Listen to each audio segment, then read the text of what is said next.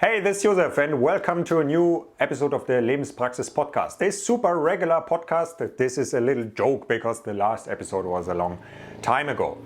For this episode, I went to London. Especially to record 2 episodes. I made an extra trip for you to really have a real conversation, 2 people in the same room. And this is the first conversation of the 2 that I will present to you with Flynn Disney. And I'm very excited to share this with you because to me, many things happened during the conversation. It's already a little bit of time ago that we recorded it because I didn't have any time to edit it in between. But I still remember very vividly how I was sitting there and how I got into very deep state of mind, like meditation state of mind. So let's see if the same thing happens to you. There's definitely a lot in this episode on layers that you might not have thought about or might not have heard examined so deeply. And this is what was very, very crucial for me in this episode. There were things that are moving me for many years that Flynn was able to put into words that I felt, wow, like I never heard it said like this. Alright, I don't want to delay it much longer, but just quickly, Flynn is originally like from the parkour scene, but evolved very much from there into this approach of understanding the human being, understanding our place in the world, how we're interacting with the world, how this is on the level of our internal world. Yeah, you can say words like nervous system, etc. But I want to not use these words here so much now because it's very broad. It's like the whole human being. How are we interacting with our environment and also with ourselves? And for this, he's using parkour also as a vehicle in his seminars, but also all sorts of other things and movements. So I'm excited to show this to you and let's go.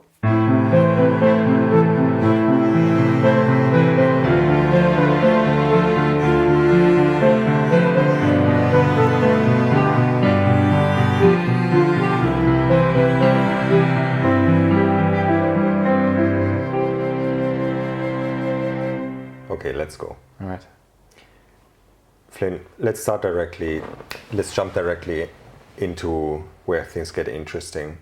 At some point, you injured your wrist. If I were to give you an origin story, it would probably be related to my wrist. Yeah, I jumped off a building, as was my. I should rephrase that immediately. Put a pin in that. That's not what I meant. As a parkour practitioner, it's a more normal thing to do, to say things like that. I was having a time in my life where many things fell apart. Yeah. I had a relationship that fell apart. I had a dog that I had to give up. Okay. And I still had my parkour practice and I was putting a lot of energy into training. I came to a location, I looked at a jump that was from maybe 1 story high, maybe 10 feet across, at a bit of an angle. And I looked at the jump and I felt kind of unsure about it. And then I rationalized that if it was a little bit less of an angle, if it was a little bit straighter on, okay, then I could do it. Yeah. And that gave me a bit of confidence. And I did this several times. I thought, okay, if it was at this angle, I could do it. And if it was just a little bit more at this angle, then I could really do it. And so I kind of rationalized that I would be able to do this jump. And and I tried to do it, and I was very, very wrong.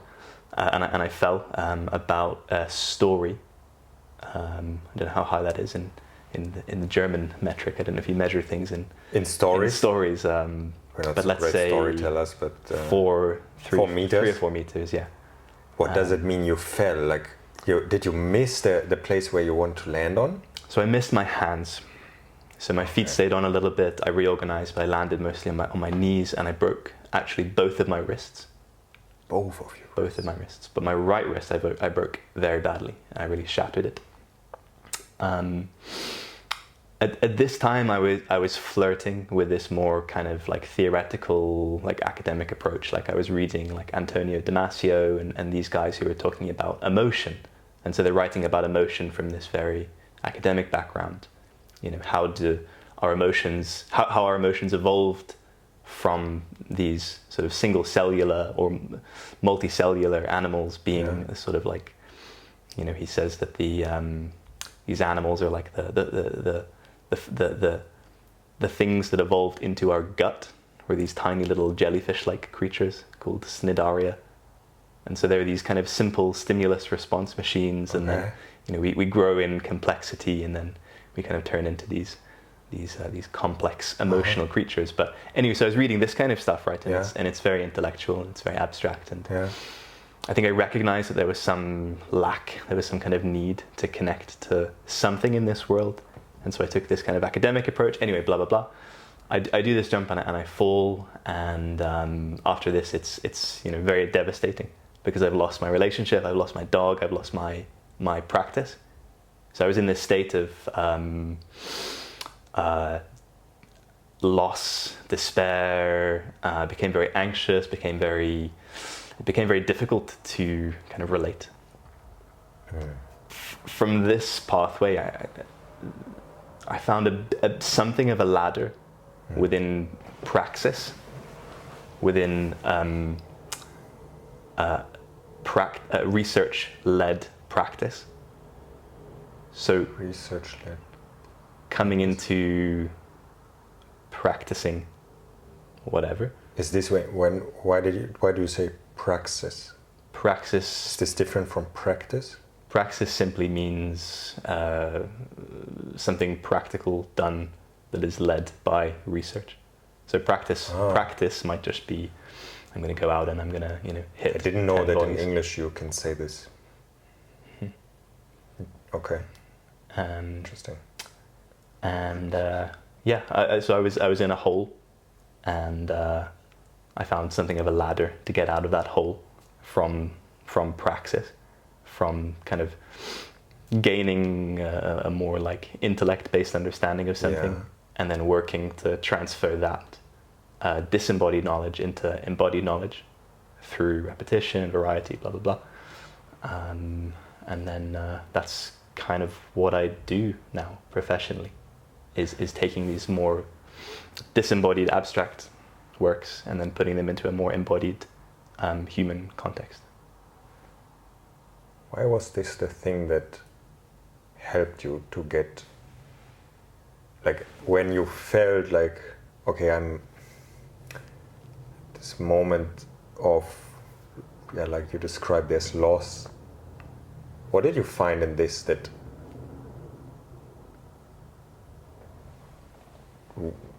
you say now is very clear connection for you? You found this and this helped you so much to get,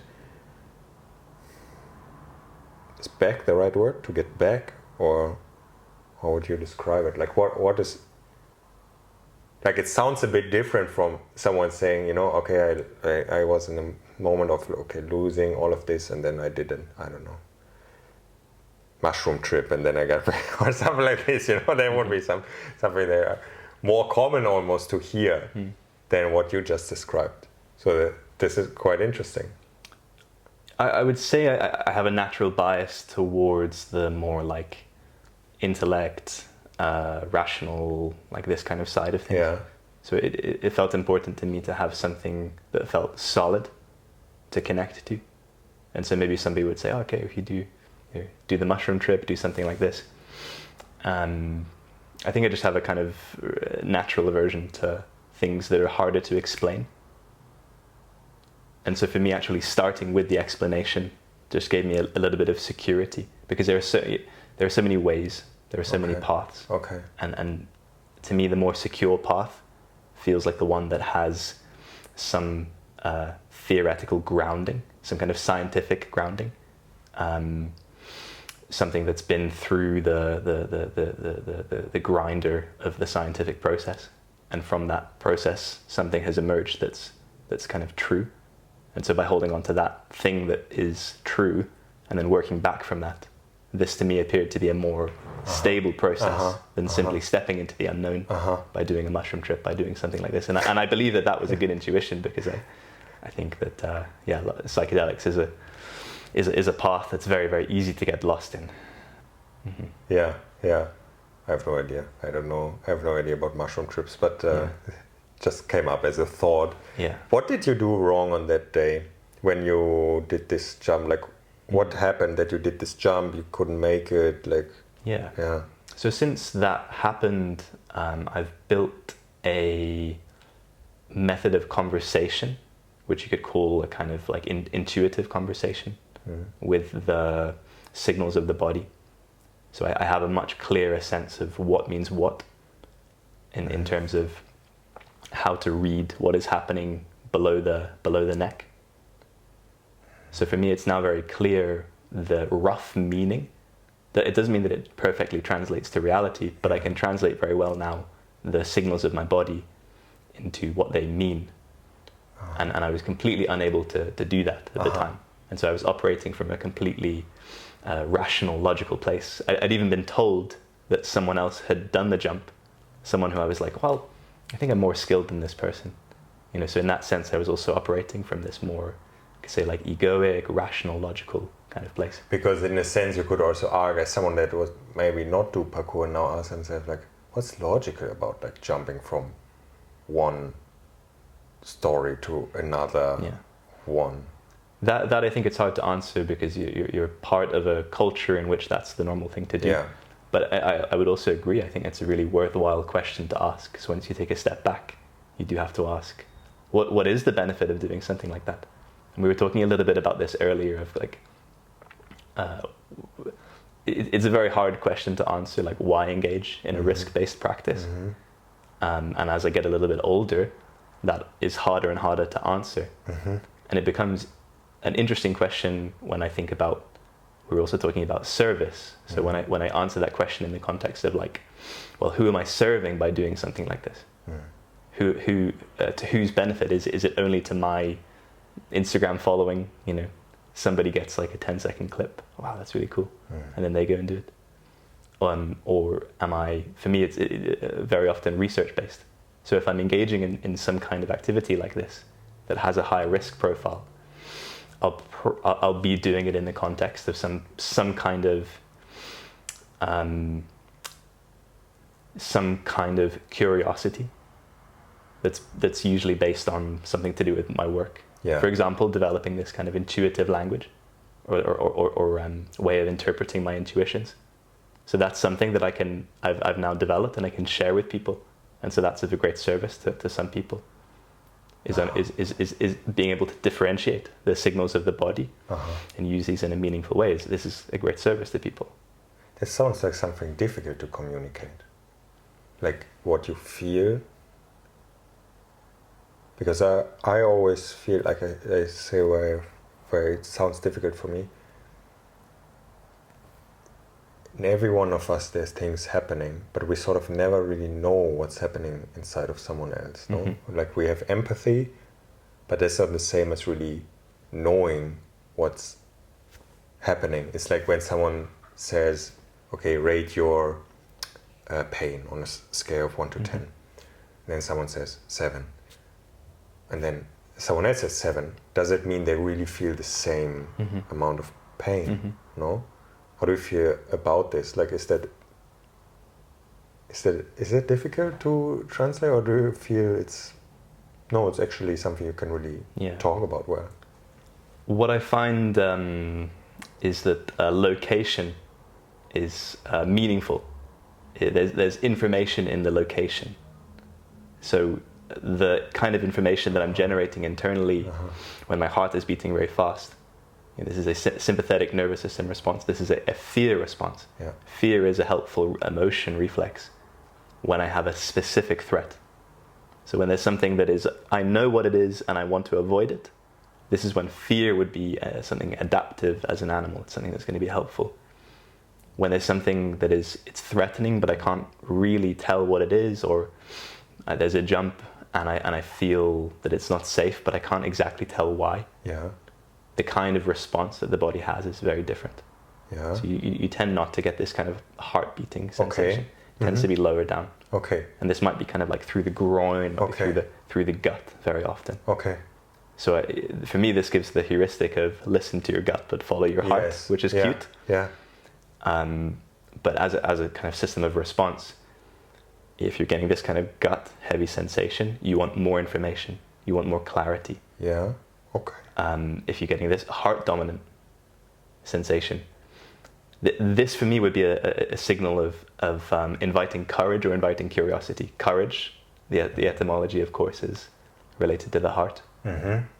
Curiosity, somewhat related to care, related to the heart. You also have something called the orienting response, which is like the body's physiological response to uncertainty. We get this kind of skin tingling, the heart beats a little bit faster. Yeah.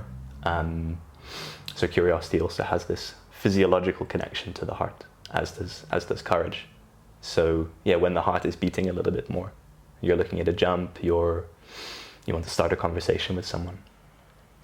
None of this means that reality will bend to your will, but it means that your body is having the perception that there's a possibility here, whereas this heavier kind of gut feeling, it's more of a perception of uncertainty, whereas the heart feels more of a perception of possibility. And again, to relate that more concretely to the sympathetic nervous system, fear response of the heart is a specific threat that I'm engaging with, whereas the gut being more related to a general threat that hasn't been specified. So I often encourage people to, when they get this heavier gut sensation, seek more information. Take a step back, seek more information. When you get this heart sensation, it might be an invitation. And you get some really beautiful experiences through this kind of space.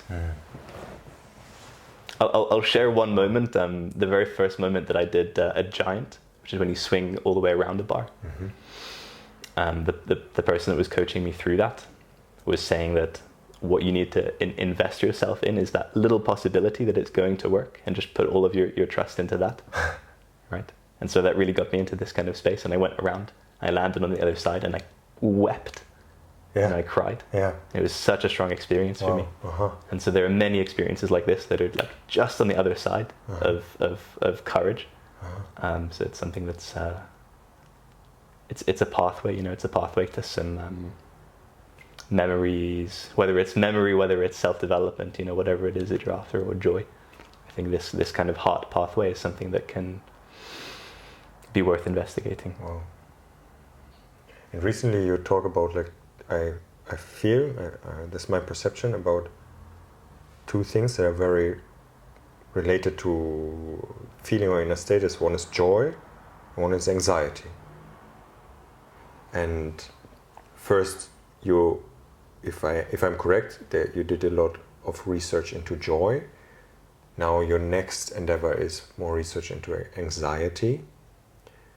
But joy, what does it mean? Like, it's a word, I have a certain feeling for how I use it and what it means, and if I use it in daily life, but I'm not sure if it's matching with how you use it in this study that you do. How would you describe joy? What is joy, and why is this something to look into? Yeah. So rather than thinking about emotions as things that are there or not there, this is a little bit abstract, but that's just the way that things are, right? Is an emotion is a specific relationship, or rather it's something produced by a specific relationship. So joy is, rather than a feeling, rather than one particular feeling that feels excited and fluffy and whatever, this is not specifically joy. Maybe this is one way of experiencing joy. Maybe that's what you're referring to, is like the big kind of energy of like playing a game. It's not necessarily what we're talking about. When I'm talking about joy, I'm talking about a particular relationship between the self and the environment. And what is this relationship?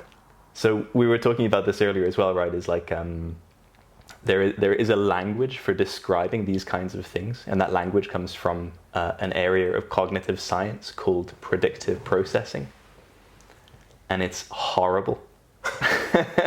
It's really it's very inhuman. It's very inhuman. Like the things that we're about to talk about are things that are reserved for poets and artists to speak about, and we're going to speak about it as scientists. And it's uncomfortable. Like it doesn't feel good. And if you're listening, if you hear it, and it doesn't make sense and it doesn't feel good, that's completely normal. Okay. Just continue listening. Yeah. keep listening, and we'll turn it into something a bit more bloody, a bit more direct, a bit more concrete. But in the predictive processing literature, they describe joy as essentially reducing errors at a better rate than expected.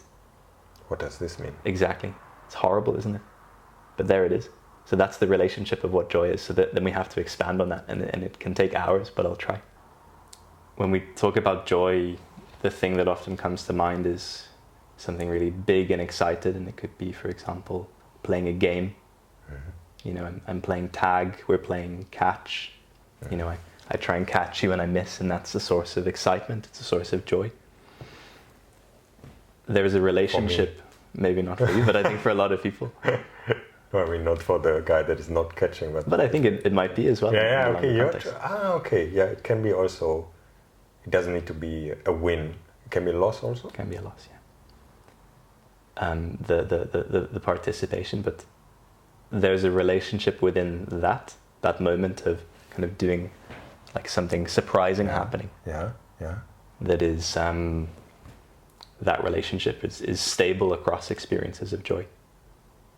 So when I experience the joy of walking through the forest, there's also an experience of the uncertainty of the smells, of the sights. You know, when you look at a tree, there's infinite variation. That it's impossible to predict what it is that you're seeing.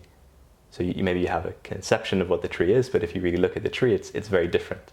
It's always different. It's this sort of chaotic fractal. Okay. Yeah. So to see something like this, to smell these smells, in the same way that when you are playing tag with someone, you experience this sort of surprise. Yeah. And then you experience this kind of high frequency of surprises. So if I'm just playing a tag with you, and I try and get you, and then I miss, and then you run away, and then I don't see you again for 20 minutes, this is not probably that joyful. But if we're playing tag together, and we're really playing together, and we're really interacting, there's a higher frequency. This would be a more kind of joyful experience. A bit like isn't the epitome of that a surprise, a gift? Like when you open, like as the child, you have your birthday, and you open the gift from the wrapping, and then you see what's inside. I mean, my son always knows what he gets because he's very particular in choosing. But does he still experience joy when he? Yes, when he gets he does. Yeah, he does. He still experiences. Yeah, that's actually also interesting that he's still experiencing lots of joy because he doesn't know 100% that he gets it. Like, he tells me 5,000 times that he needs to. This is his wish, and it's clear for me. Okay, because I know it's my son, and I know how I was as a child. So that's really important that this is actually happening, if it's like possible economically. But he's still like getting this surprise and this joy. Is this like an epitome of this? I think it's an example. Yeah. The surprise, something better than expected. Or hide and seek also comes to my mind. Like this moment you see, he's there, or the rainbow. When you, no, there's a rainbow. It's just, is this very connected always to this surprise? Like, is there this moment of surprise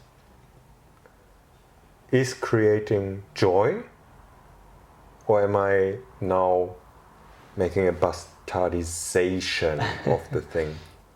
Surprise is an innate ingredient of joy, but of course there can be, worse than expected surprises, like not getting the thing that you wanted for your birthday, and that's probably not a source of joy. I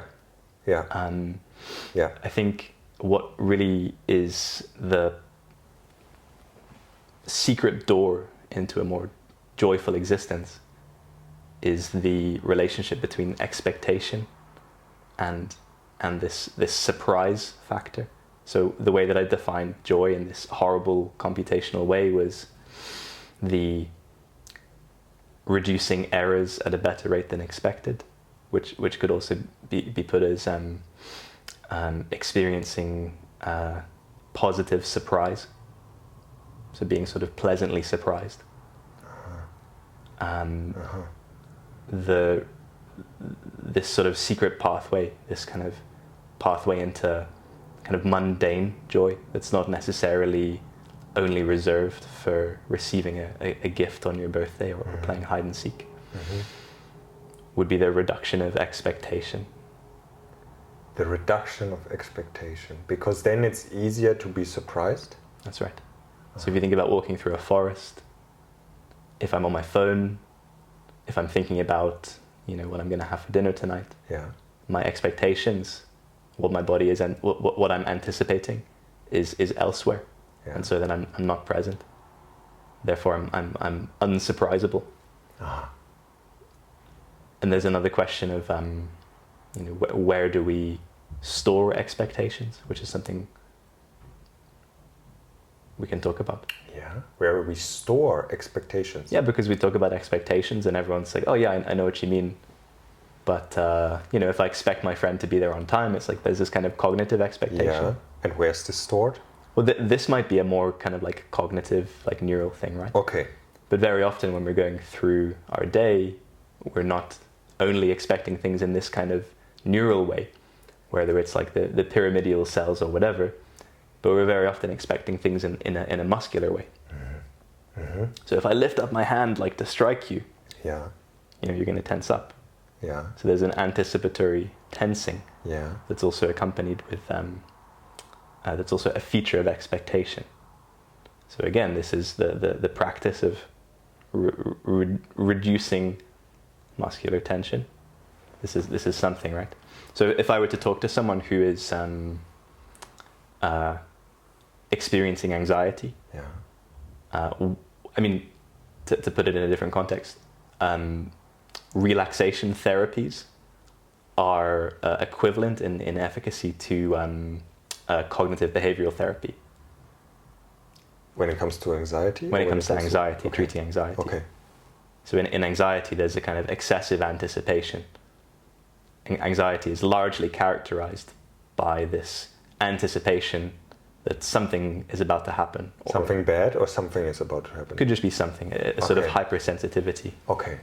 So hypersensitivity, So that can be treated through reducing the muscular tension.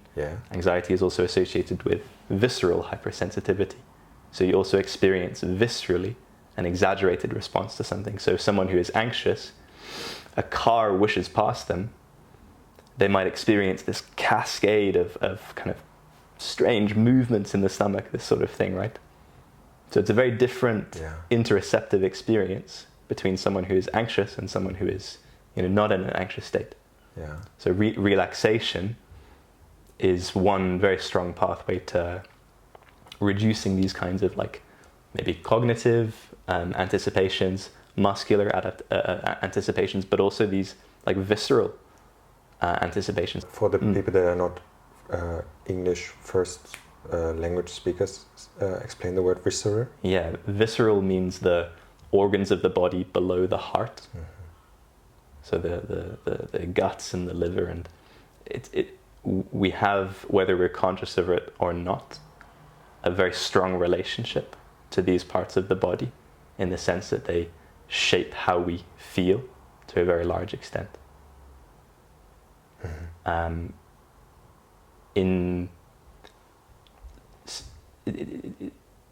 It may be the case that we experience something that puts us into some kind of contraction. Smooth musculature has a different kind of... so the visceral organs are made of smooth musculature,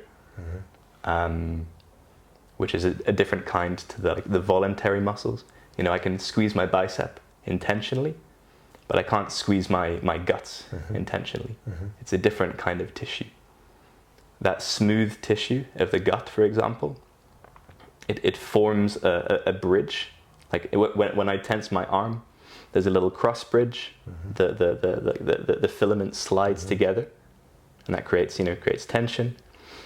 And I can consciously create that tension, and I can also consciously release it to some degree. Yeah. I can't do the same with my smooth muscles. Yeah. So the way that they create and release tension is involuntary. So I can't directly influence my visceral hypersensitivity, if that makes sense. Yeah, okay. But I can indirectly influence it. And so one way of indirectly influence it would be by, as I believe you're very fond of, doing nothing. Right? That's true. So practicing this state of very low tension, low expectation would be something. I think there are ways of conditioning the viscera, that we have different kinds of experiences, because it can really, really be a strong factor in how people live their lives. And this is something that I'm very strong on, because it's a huge variable, it's a huge source of variation between people, is this visceral life. And sometimes it's beautiful, because some people experience, if you watch a film with someone and they cry, and you're just like, what's going on? You've seen like The Notebook, for example, and you're watching it with a film with Ryan Gosling, and it's allegedly a very emotional film. Never heard about this film actually in my life. It's a random example, but some people will watch this and they'll find it to be a very emotional film. Okay. Like they'll have this kind of emotional response, and then other people will not. I think it can be a very beautiful thing to have this like emotionally rich life, that when you experience a film, or whether you say goodbye to someone, you have this strong kind of like emotional resonance. It can be a source of beauty, but it can also get in the way. Yeah. It can make uncertainty, physical uncertainty, can become something that you try to avoid. For example, if I trip over for a moment, do I get this kind of pang of like discomfort through my body? This would be a kind of visceral hypersensitivity. If you've experienced this, you trip over, or again that car like whooshes by you, do you get this kind of strong visceral response, or do you just feel nothing?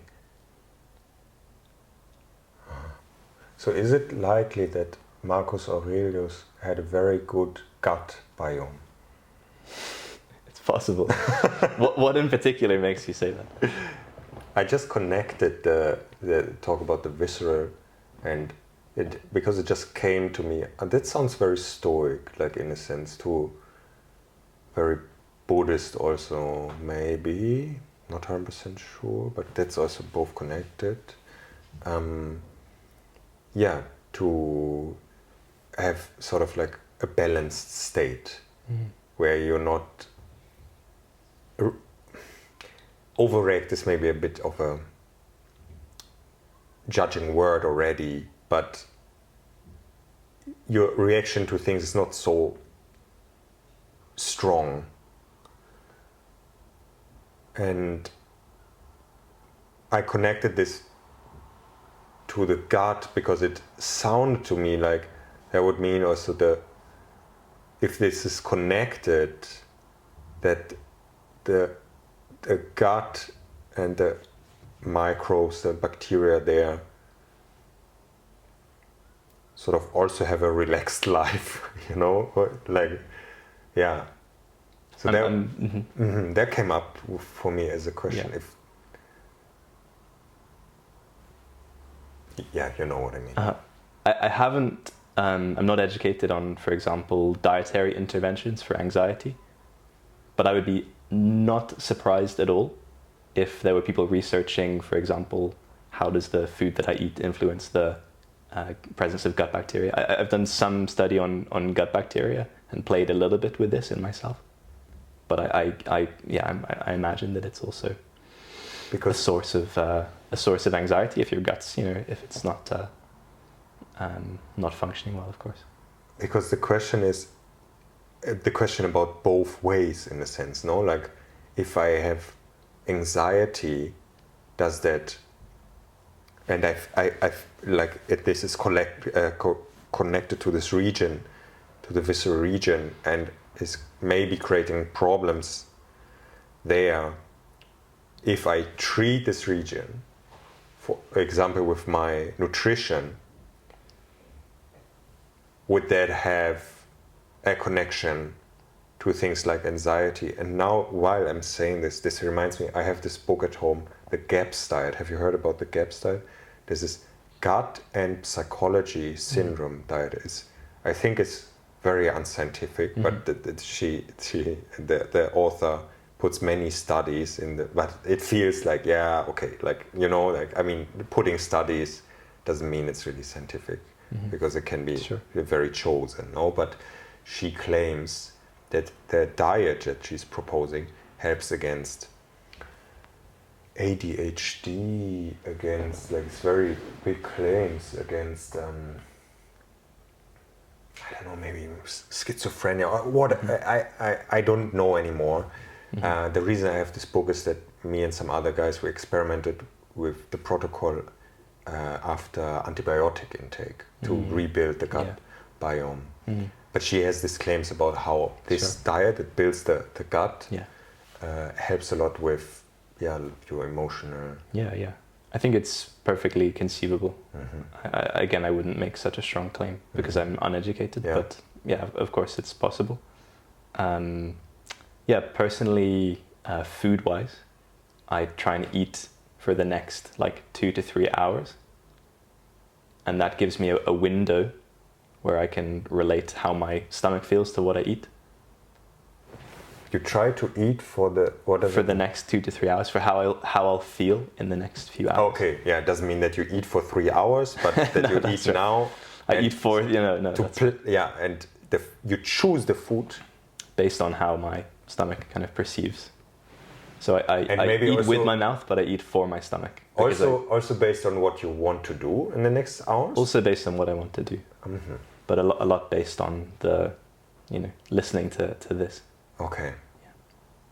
Now we connected already joy and anxiety somehow, I feel. So wait, the expectation, I need to come back to this for a second, because to lower the expectations was something you said. How can you do that? How can you lower the expectations? I think there are many, many ways to lower expectations.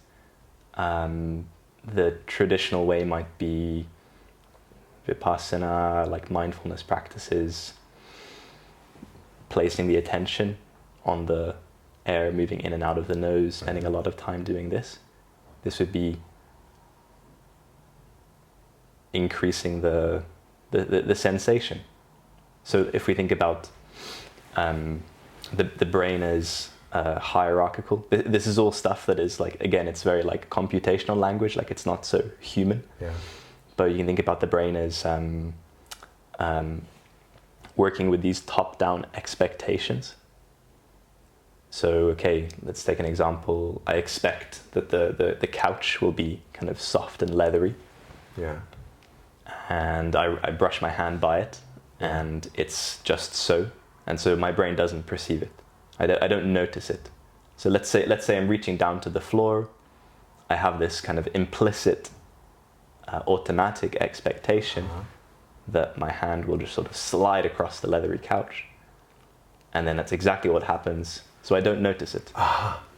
So that's the expectation being the dominant force in the perception. And then let's imagine that I slide my hand across the couch as I'm on the way to pick up my tea, but instead of that smooth leathery feeling, it feels like wet and sticky. That's the moment where I'm going to start paying attention. Because it's surprising. So the expectations have this kind of like downward pushing force, and the sensations have this kind of upward pushing force. And we only really become conscious of things when the sensations push all the way up. So you can imagine this kind of like Kamehameha battle between the two. The other thing there is that when we pay particular attention to something, that emphasizes the strength of the sensation. So if I then pay attention to the sensation of the couch, that's going to be a stronger sensation which will push all the way up into my conscious experience. So that's the kind of dichotomy of perception, is this battle between expectation kind of taking us into this automatic pilot mode in a sense. Now I understand And much then better. sensation coming up. And so this is the context that I'm talking about joy in, which is very unjoyful for me to talk about it in this context because I find it very inhuman. So I don't really like it. It doesn't really feel good. But the joy is connected. We have the word surprise, and we have the word presence and sensation also. Yeah.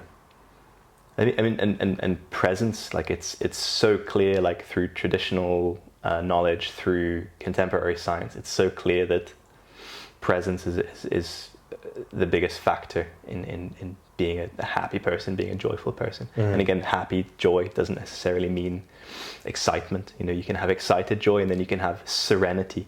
This is a category of joy. Serenity would be sort of equanimity, calm, would be that kind of stability. Like it's the monk, maybe. Could be like the monk. The monk is pretty serene, yeah. The Christian monk, at least. Maybe the Buddhist monks, I don't know. A little bit more wild, yeah. But yeah, so in this question of how to reduce expectations, I think one way is this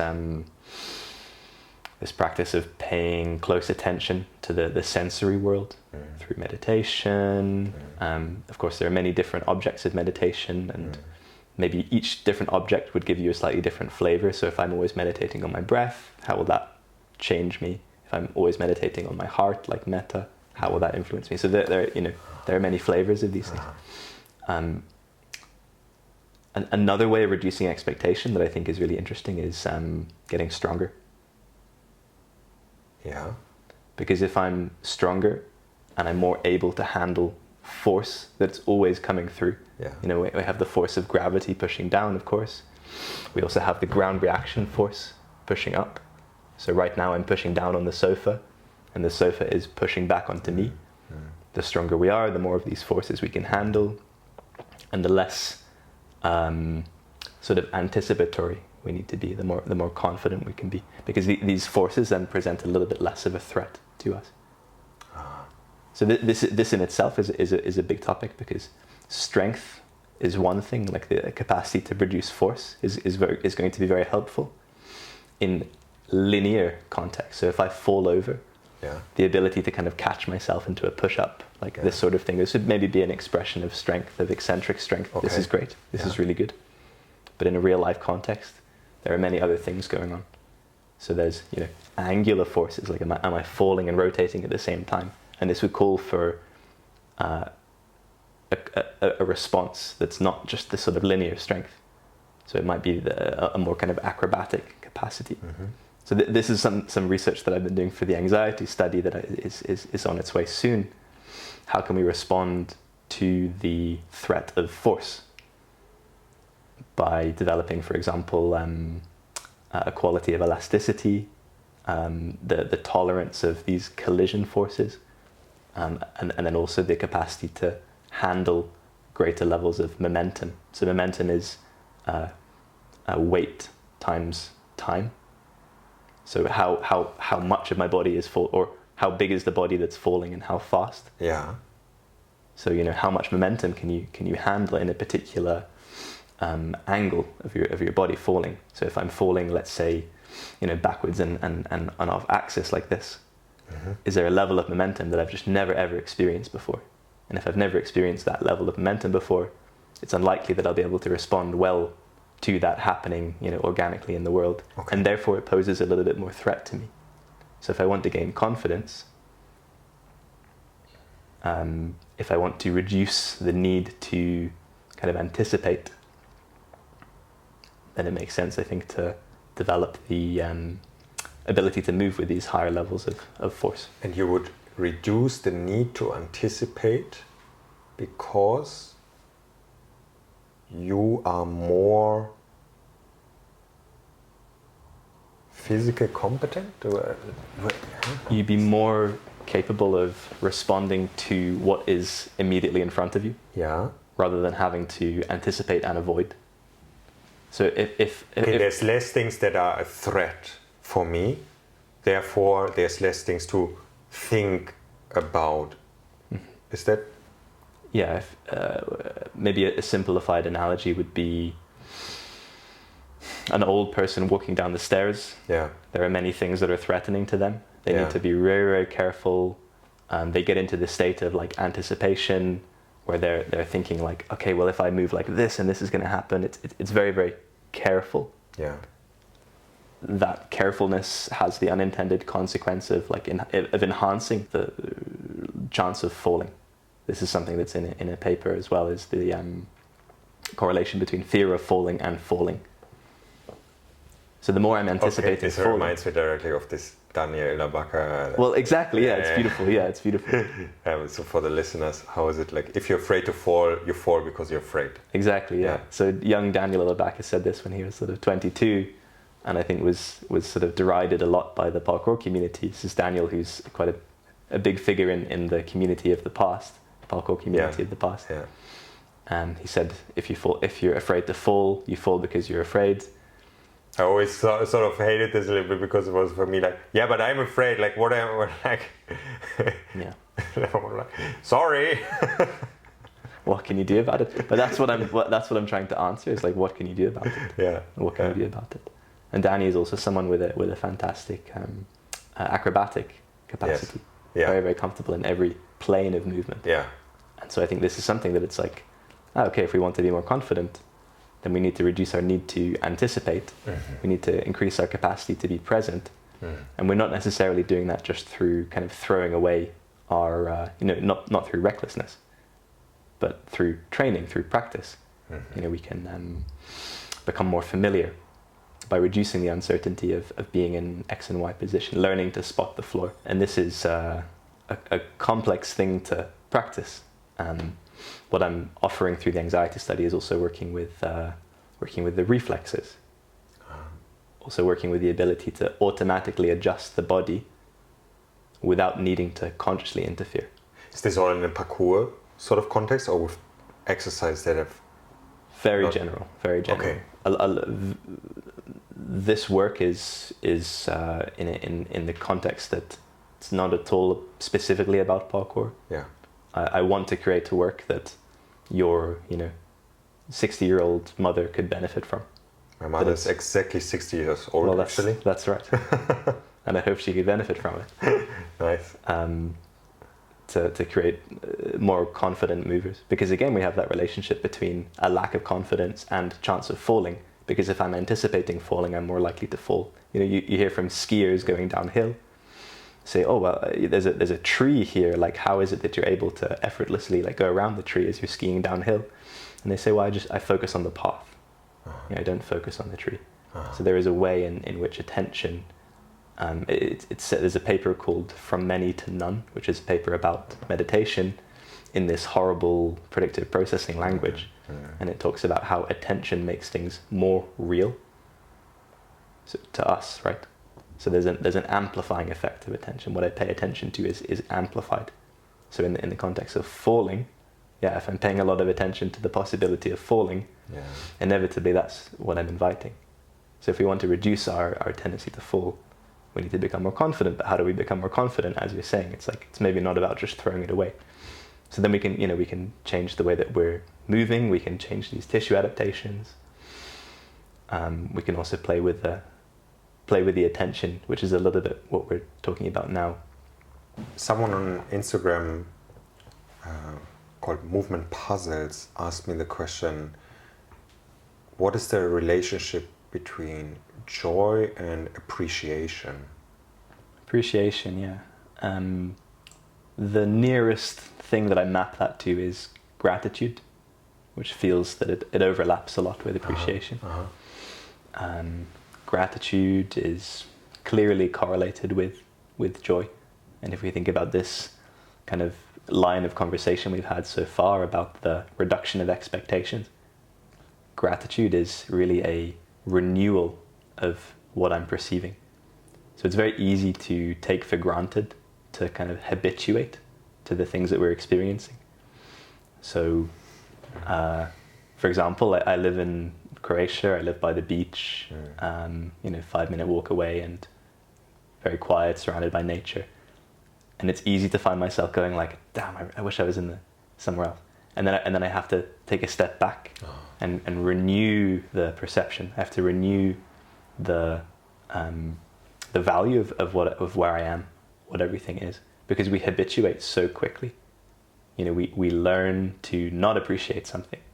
It's a very natural thing to do. But to see the more direct thing, to be more present, I think requires a level of gratitude. And the neurology of gratitude is like that it happens between the rational and emotional parts of the brain. So this is like Antonio Damasio's work. He says that gratitude happens at the intersection between like logic and emotion. So we can't be grateful for things that we don't have an emotional connection to. So if I say, I'm really trying to be grateful, I'm trying to do my gratitude list, and I say, I'm really grateful for, I don't know, buildings. Maybe I don't have an emotional connection to that. So that's not going to change anything. Okay. But if I pay attention to, well, for example, one of the gratitude practices is paying attention to loss, the possibility of loss. So how would I feel if something was no longer present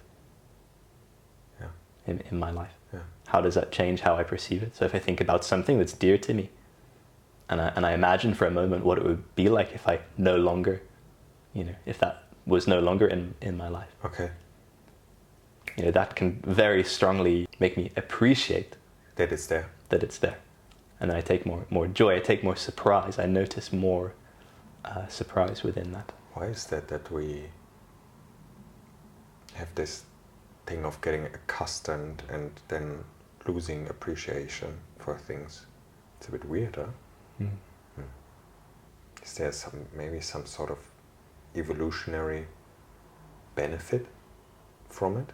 Yeah, to me it feels normal to get used to things because we encounter something and we've never seen it before and it takes our attention and then we pay attention to it. That's normal. Mm-hmm. We then establish what it is. We understand what it is and then we can take it for granted. So it's very helpful to take it for granted. If I couldn't take for granted that this is a sofa, this conversation would be very different because I'd be kind of fixated. Yes. Like, what is this? It's so soft. Yeah. So leathery. I see.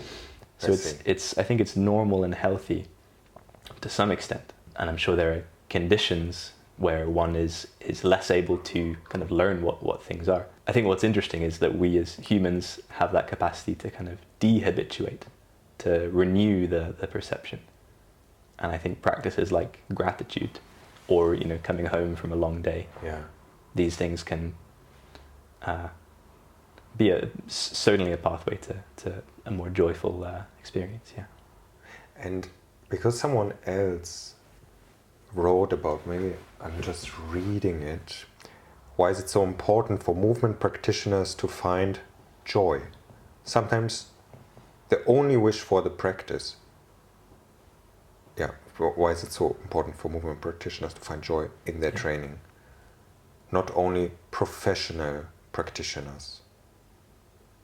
That's the question. Yeah. I would like to say something in defense of joy, and then I'd like to say something against joy. Uh-huh. So in defense of joy, it's the evolutionary function of joy is to create new relationships. So joy has a huge resilience factor because it opens up our attention, it broadens our attention and helps us to build new relationships. This is the work of Barbara Fredrickson. Why is this a resilience factor? What does that mean?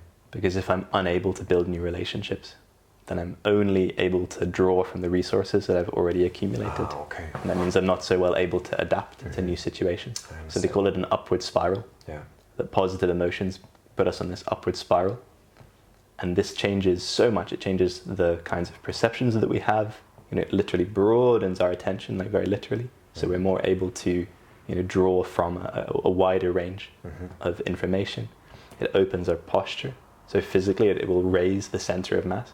When I'm sad, when I'm anxious, you Google images, anxiety, and you see this, So it's very intuitive to us that there are relationships between emotion and posture. You could even argue that posture is a kind of emotion, that movement is a kind of emotion, but yeah, the research says that joy opens our posture, raises the center of mass, and thereby will increase our access to movement options. So it's a good, and not only this, but it also brings our attention outwards. So if I'm in a less happy state, I'm more likely to be ruminating. I'm more likely to be like analyzing. I'm more likely to be thinking about like, oh, that was good, that was not so good. But all of these things that are kind of secondary to the actual experience that I'm having, the actual sensory experience that I'm having. So if I'm in a more joyful state, my attention will be more outward, more sort of extroverted, more like task-based, task-focused. So I'm using then a different kind of set of tools. I'm using a sort of different part of my brain to relate to the environment than if I was perhaps unhappy, where I'm more likely to be in this like internally focused state. Maybe I become self-critical, self-judgmental, but again, in a joyful state, I'm more likely to be kind of action-biased, action-based, rather than being thought-based. One of the clearest findings within this kind of joy study literature is that less present we are, the less happy we are. So even when we're thinking about happy memories, we're less happy than we would be if we were just paying attention to what's in front of us. So there's this correlation between not being present and not being happy, and we can relate that to this kind of not being able to reduce errors at this steady rate, which is a concept that takes a lot of chewing to really understand intuitively. But so to summarize what I'm saying, to be in a more joyful state is a state that's ready for movement. It's a state that invites movement because it's more extroverted, the posture is more open, the attention is broader, and we're more social. So in a joyful state, we're really ready to learn. So it's also very associated with learning. In a less joyful state, everything's a little bit more closed. We're a little bit more closed to information. Yeah. So that would be what I would say in defense of joy. I think in a moment you will also go into the critique of joy. Yeah, but I feel also how I now understand from what you talked about it, it's not a concept that is very sort of self-indulgement, you know what I mean? Like it's not about drinking beer in that sense. Mm-hmm. Mm-hmm. Like it actually sounds like a very, like how you describe it, like a very, almost like the fundamental state to live a life of oneness. And the question came up for me because you talked about the different locations of anxiety or uncertainty. Did we actually talk about where joy is located, or if it has a location? Did we talk about this? We didn't, but I'm not sure. I don't know what the answer is. I don't know. I don't see any logic of why it would localize specifically. I mean, when you eat an ice cream, you know, it's kind of like more like localized to the mouth, right? Yeah. When you, for me, when I want an ice cream, when I have that like positive feeling towards getting an ice cream, it's also not really bodily. Like I can't really locate it. Okay. It's just a kind of like quality of experience. Yeah. So I think there are many things when we feel good, when we feel bad, that are maybe not so like interoceptively strong. Mm-hmm. They're a little bit harder to place within the body. But I think the location of joy really varies between people. From conversations that I've had about, you know, where do you experience joy? Okay. And I think you can also find it. This is the thing, right? It's like you can search for it in the body, and you can find it in the body. You know, when I do this, when I rub my fingers together like this, there's a little bit of sensation there. Yeah. And if I really pay attention to it, it feels good. And that's a tool, you know. Attuning to that, you can change your entire mood. It would sound strange, but true. So it doesn't have to be necessarily something that I feel, because again, it's what I'm saying is not that joy is a specific emotion. I'm saying that joy is a relationship. Yeah. Okay. Yeah. I see. I understand. The critique of joy. Critique of joy is that there is an avoidance of things that are not pleasurable or things that are not joyful that can come from seeking joy. So if I'm always seeking the positive emotion, What am I rejecting? What am I stepping away from? And so the adoption of joy as a central value for me is maybe not that wise, because it has to be joy in service of something. So when I held the joy study, which was this 8-week study of the topic of joy, we took a very open approach. So I provided people with many, many resources, and I gave them guidance as to what topic to focus on as I shared different kind of material through the weeks. What I made very clear was to answer the question, who does joy serve? Who does joy serve? So as related to you, because of course I could say joy serves everyone. But no, you're not related to everyone. Again, like gratitude, there has to be some relationship between the kind of, the logic and the emotion. So who does joy serve in your life would be a way of putting this kind of work into the context of service. A lot of good things come through hard work. And by seeking joy constantly, you're probably going to set yourself up for not doing those things that are hard, that are not necessarily joyful. But Flynn, if you are in the moment with what you're doing, and you have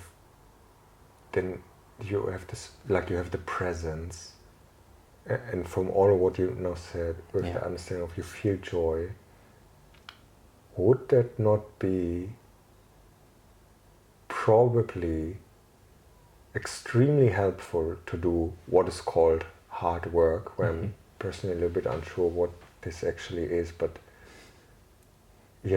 like I feel like what is about the practitioners that went very far? I'm always a bit, it's an open question for me. I remember did you read Peak from Anders Ericsson, this book? No. It's about the peak performance, and there's one thing. Do you know 10,000 hour rule? This bastardization of something he wrote about. Like I think Malcolm Gladwell was it? He took this and actually did it wrong. He said it like he like Anders Ericsson writes in his book also. He didn't understand what my research was. So he's talking about people that are in Berliner Philharmonica. So people that are very good musicians. And about that, they practice a lot, like 8 hours. I think we can say this hard work, what they're doing. And he's saying they don't necessarily particularly enjoy their practice. So that's the case against what I just said, basically, that I'm making. On the other hand, I feel all the stuff where I went very far from like where I feel like, wow, I really got like to a point, like I started here and I got there, was always connected with this, with a positive feeling. Not that every second of it was positive. There were like hard moments and so on, but the general connection to it was always a connection of, I love this. Like I want to do that. A couple of things there. One, I experienced that when I let go of joy, when I tell myself, stop seeking joy, stop seeking enjoyment and lean into the discomfort. What I find behind that curtain, even if I try to escape it, is joy.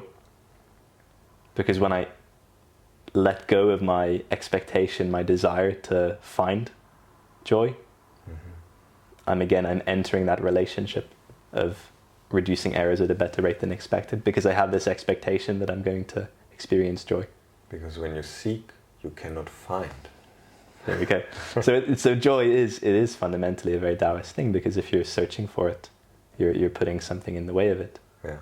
So I think accepting discomfort, accepting suffering, not through this like push-pull balance element, but I think simply through presence, can also be a pathway to joy. So to answer the question of Tamar. I think the acceptance of repetition is a very healthy thing, and I think there's a lot of joy within that. For me, with strength training, which is it's so repetitive, do I try and find more joy within strength training by seeking variety, or do I try to constrain my attention in a way that's more present? So for me, that means like not going on my phone when I'm doing my strength work. It means like relaxing between sets. It means doing nothing. Yeah. So instead of doing, okay, I'm going to do like fun squats today. No, I'm going to do my back squats because that's what's going to take me from A to B. So joy in that sense, it's more the vehicle. But it's not even the vehicle or the goal. It's simply a side effect of paying attention. It's almost like there's a little bit of layers of joy, no? There's like, doesn't mean I'm now in this moment like, yes, I'm having such a great time, or is it like this equanimity thing, like, no, I'm the general thing of what I'm doing here, I'm aligned with myself, like I want to do that, right. Like everything feels correct. So this I think is a crucial point. Like we mentioned earlier, Kierkegaard, the Danish philosopher from the 1800s, right? A lot of the work that he did really is beyond the science for now, right? Because they're very constrained in what they can speak about. So he talks about finitude or limitation as being this thing that is central to the experience of joy. Yeah. He has this character called the dancing tax collector, right? Someone who has this job that's very menial, repetitive. Nobody gives him love for what he's doing, the tax collector, but the dancing tax collector. So he's this joyful character. So it's this kind of thought experiment of like, how do we find joy within these kind of, without necessarily looking for adventure, looking for excitement, because that can be the kind of immature, in a sense, version of joy. We're always looking for novelty rather than finding the novelty within what we're already doing. But what Kierkegaard says is that limitation is a crucial part of that kind of joy equation. And so what you mentioned there was like, what I'm doing is aligned with my values. This is, I think, extremely important. Because if I'm just paying attention or I'm just doing something, again, it's like, well, what am I in service to?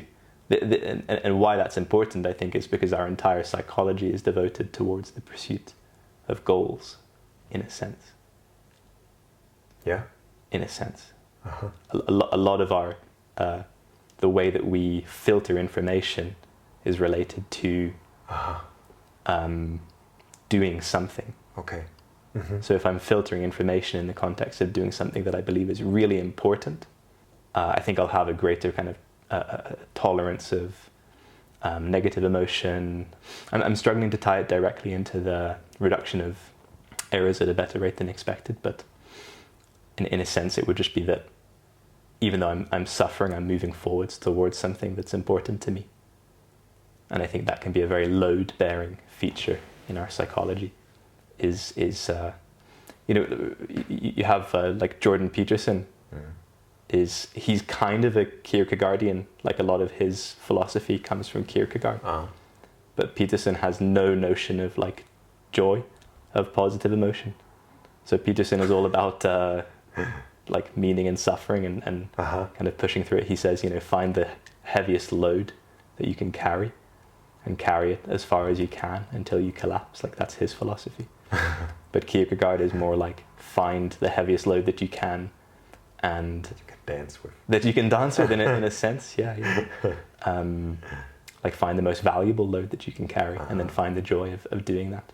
This implementation of morals, you could say, of ethical thinking is. I had Rafe Kelly invited me on his podcast and we were talking a lot about morals, and I for me it's always like the devil also feels joy when he's doing things, like feeling joy if you have crude values it's not necessarily always like a sign that you're on the right path to say it in this word. So like a murderer can also sit down and meditate like every day in a sense. So this is why for me this is a crucial aspect, that you also mention this, that you also came to this conclusion for yourself that there is, because it seems to be always like there's this thing of values or moral, ethical thing. This is the second part of searching what feels good for us, to phrase it like this, what feels good, and then what is good. Mm-hmm. Yeah, and I would pose that question as an inquiry, I think, to anyone listening, would be when you say the word good, or when someone else says the word good, pay attention to what they mean. Yeah. And as if you were a bird flying upward a tree, you slowly discover what that means, rather than having this explicit conversation about what is good. You know, I would recommend just paying attention to when you say that word, to when other people say that word, and try to, from that process of listening, construct knowledge of what is good, because I think it's something that has to be, you know, known through experience. But morality is, hard to think about, but hard to talk about, but I think we can know it from experience. The kind of progress engendered by joy is not necessarily linear. And this is very present in parkour, as you see a lot of people who are very, very high up in the game, and they're purely motivated by like seeking joy. And their skill set is maybe not like linearly developed, but they're maybe quite good at a lot of different stuff. And I think if someone is pursuing, for example, like excellence in weightlifting, that it's going to be a different kind of motivation. Interesting. It's going to be, you know, motivation and discipline are not necessarily the same thing. Personally, I feel somewhere between the two. I feel very motivated, but sometimes I need to remind myself of my values. But I think if you're purely motivated, you don't necessarily need to do that cognitive step, because the value is kind of evident to you. Within practice, however, I think whoever you are, it's going to pay to have some structure and discipline. Regardless of like the joy that you experience. But yeah. When you say discipline, what does that mean for you?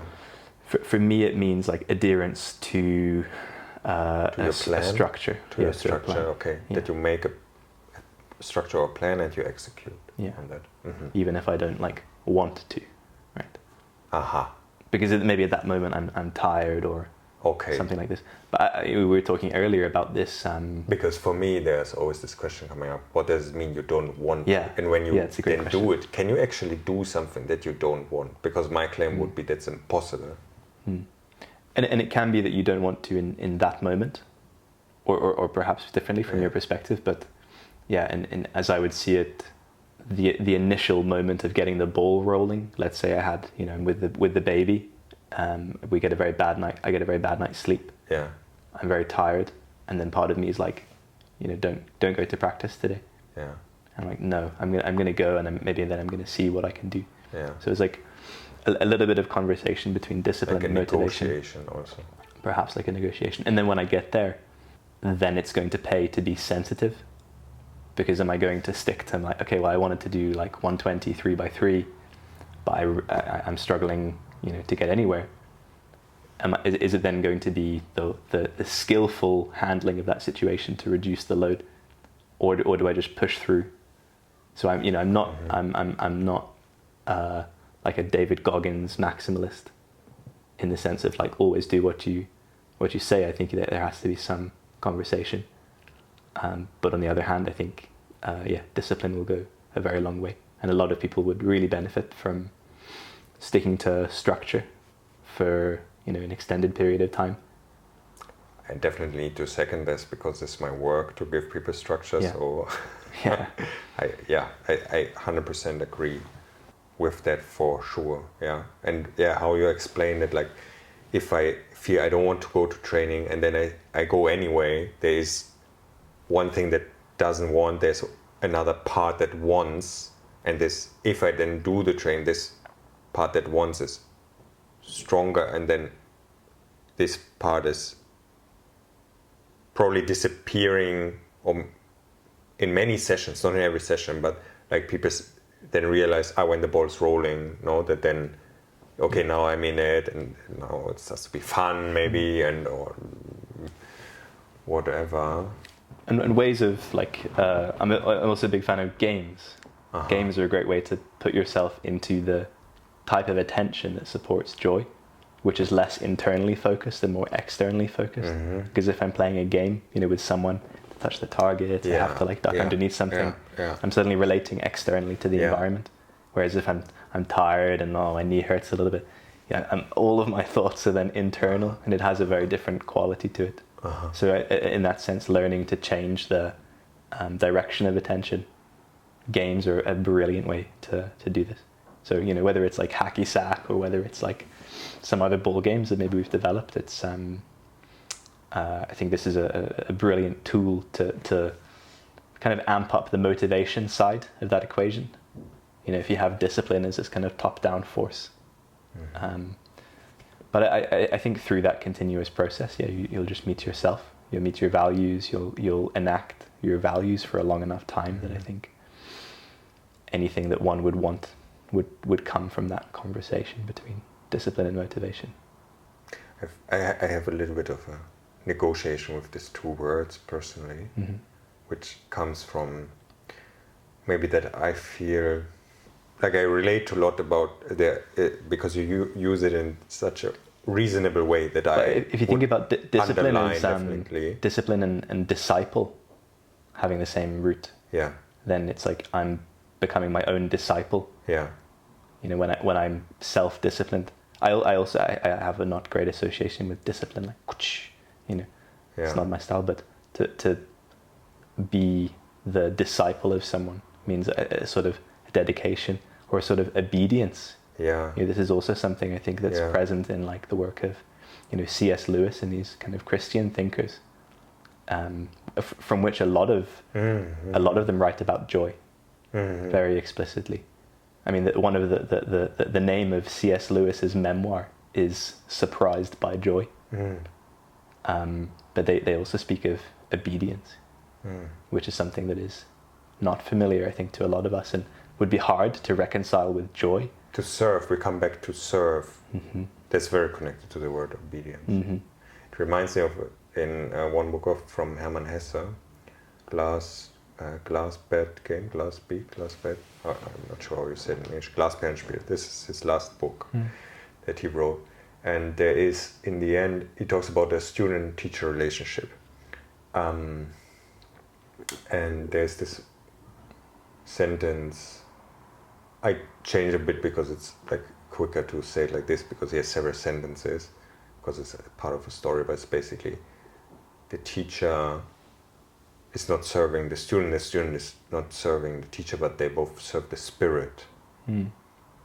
So there's also a thing of serving there, there's something in your like when you practice, this is what I feel very much like, I have a connection to everything that I practice, I really love it.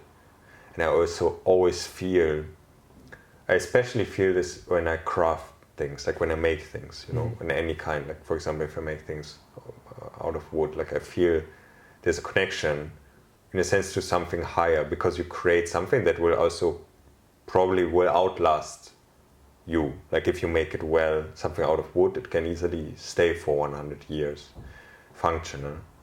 That sort of brings me also into wanting to do it well, because I feel this will be here for a long time, so I want to do that in a good way. And if it's something ephemeral, like movement that disappears again, I also feel there's a connection here to taking this serious in a way, like to giving it the attention that it deserves. Maybe that comes out also in things like when you climb on a real rock and you have this connection to the rock, and there's things like you don't want to break anything, or you feel like you're really interacting with the natural environment in a way that you just feel connected, like through your bodily movement at the rock, to like, in a sense, nature itself, because you're in nature as part of it. there's again this notion of oneness, but also of like I'm part of the natural flow of things. And in that sense, there's a connection to what maybe could be called spirit, or how we would say, can we also say connection to God? And I like to play a little bit with this word. Like personally, I'm always very tempted by animism in the sense of relating to the environment and having the environment relate back to you. Yeah. It's very tempting. It's always very easy. I mean, we talk about things naturally as if they have some kind of character, because that's how they appear to us. The example I think of is, Marie Kondo, the little Japanese woman who's got the cleaning methodology. She says, does it spark joy in you? Like, this is the kind of conversation. It's like, how does this make you feel? Yeah. But that's also the way that you might talk about a person, is like, how does that person make you feel? Yeah. Like, as if the person has an affect and they're, kind of passing that on in some sense. So I think also back to, I mentioned in this, within meditation practices, what I relate to as a meditation object. Do I relate to the breath passing in and out of the nose? Do I relate to the heart as my center of attention? These things also have a different character to them. And also by moving in nature, that's also almost a kind of meditation. It's also a different character. So I think relating to these things is also suffusing ourselves within them, and bringing them into us. So yeah, it's obviously it's important to choose carefully what your environment is in that sense. Marcello asked a question about, I will read it. How did creating a business shaped your choices in practice? Yeah, so I remember many years ago, I was staying with Marcello, and he told me that he couldn't play so much anymore. Like, he couldn't go out and have like a playful session. Like, there had to be some kind of goal involved in it. And I remember thinking at the time, like, that seems kind of sad, like to not have access to that. I'm now in a more similar position, I think, to him at that time, and I have a lot more connection to that statement. So my practice historically has been very play-oriented, very intuitive. So for many, many years, it would just be going out and seeing what was interesting, and then engaging in kind of conversation with the environment in a parkour context. Yeah. Over the last year, maybe more, my practice has become more specified to the research that I'm doing. So for the moment, for now, my movement practice is very much related to my work. So again, I'll have a particular topic. I'll create practices around the topic. And I want those to be as high of a quality as possible, which means really getting into them, really getting the benefits out of them, to ensure that what I'm sharing is of the highest quality that I can manage, which means doing a lot of the same things again and again. So over the last, for example, 4 months or so, the work, the practice that I've been doing and the training that I've been doing is very much related to this topic of anxiety. And so the practices that I'm sharing there are related to reflexes, acrobatics, and collision forces. So my training has gone from being this kind of curiosity-based thing that's sometimes quite ephemeral. You used that word earlier to describe how movement can be. It's something that happens and then it's over, whereas the longevity, to something that's more product-focused. So I'm interested in developing something. Maybe I have a specific question to answer. Maybe I have a specific type of tissue to develop, but it's become a lot more specific and goal-oriented towards some kind of research development. So I would say my practice used to be encapsulated by the value of curiosity, and now it feels a little bit more in the direction of perhaps service, because it's making sure that I'm walking the talk, making sure that the practice is rooted in experience of what I'm sharing. So it's still a huge source of joy, perhaps even more so, because it's more rooted in what's really valuable for me. Yeah. Whereas these days I find if I'm just out to practice and I don't have such clarity in what I'm doing, I can get a little bit anxious. You know, I ask myself like, well, actually, what am I doing right here? Yeah. And I don't have such a clear answer. Yeah. Sometimes I give myself some space to say like, okay, I'm going to have a more like creative oriented practice, and that's often very joyful. But I find these days that I'll come back from those kinds of sessions and I won't feel quite as satisfied. And that might be a phase. Yeah, so there's a greater like long-term orientation. You know, I have values that I'm trying to express, I have research that I'm trying to conduct, and I have perhaps also qualities that I'm interested in developing. So, yeah. I mean, psychology is such an interesting word. I think it's very charged. I think it's, if you ask someone what psychology is, they'll kind of say like, it's like when you're improving your mind or something like this.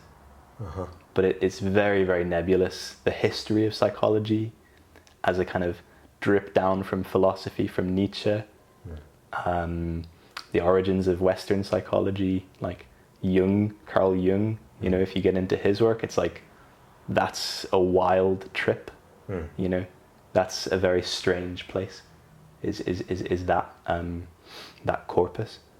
So we have this kind of more mild, popular conception of psychology, whereas the real history of psychology is quite full of extremes and extreme people, and is also something very broad. So I generally, as someone who takes an interdisciplinary approach, find myself standing in between many different subjects and finding it impossible to ignore how they relate to each other. And so for me, movement and psychology are just an inevitable collision of things that are inseparable. And for me, it would be impossible to say movement without saying psychology, and it would be impossible to say psychology without saying movement, because the body can be a prison, you know, or it can be a source of liberation. And that very much depends on many, you know, detailed things, deep things. And what did you find now that we talk a little bit about your work in a practical way, like how you distribute actually all these findings like to the people? What is your way of choice here? I know you have what you call a study, but you also work with people one-to-one. You also work with people in workshops. Can you give us a little bit of an insight into your thoughts and feelings about how your work is, how you want to distribute your work into the world? The closer the better. You know, it's great to be just like in contact with someone and to work together with someone and to really exchange. I'm often hesitant to put myself in a didactic position. Like I'm much more comfortable being on the same level. But I also see the benefit of stepping into that role of the teacher. David also mentioned that you often take the role of a facilitator. Yes, and that can be an avoidance behavior, as it often is, right? So I find it feels good to share clearly the work that I'm doing, and to find a way to make it efficient, and to share it in a way that can land with people. The deepest way that I can do this is through the studies, because then people have a long time to digest the work. Can you tell the listener what this is, a study? So what I call a study is an online format of 6 weeks, 8 weeks, 12 weeks, where I'll offer practical work alongside theory. So you get to directly experience what we're talking about.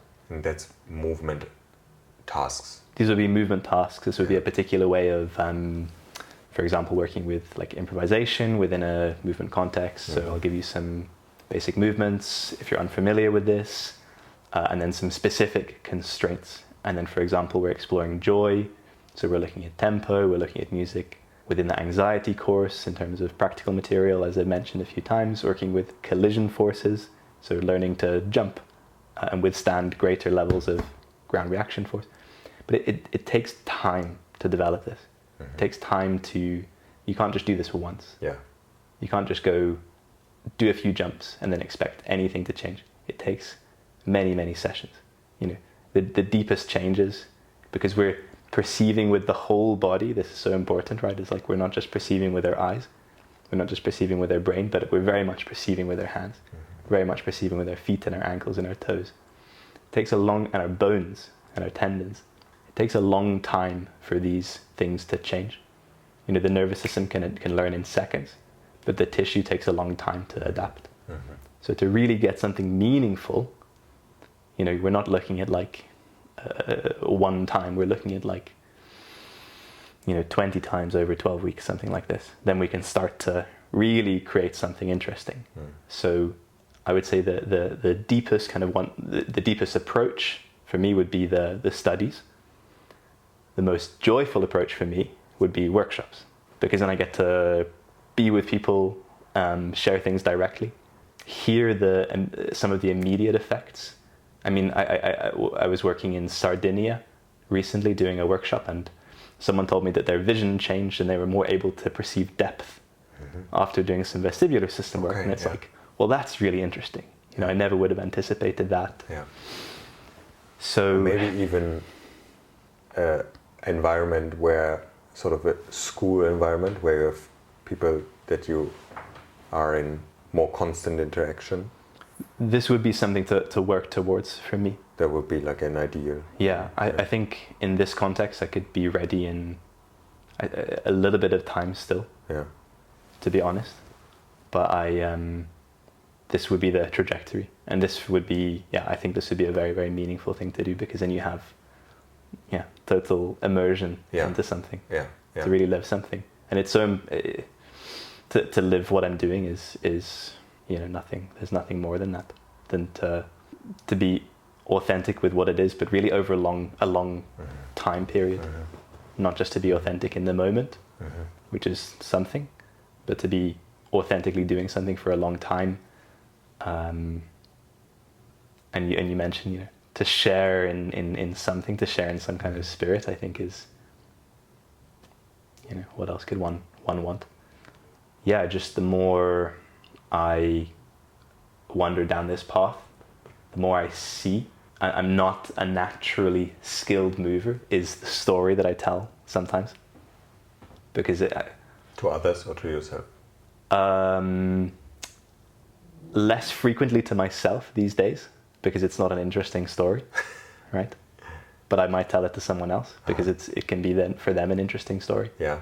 But the more I spend time in this space, the more I see the changes in myself, my deeper systems adapting, developing, perceptions changing, confidence emerging. This is also, I think, for me, very encouraging.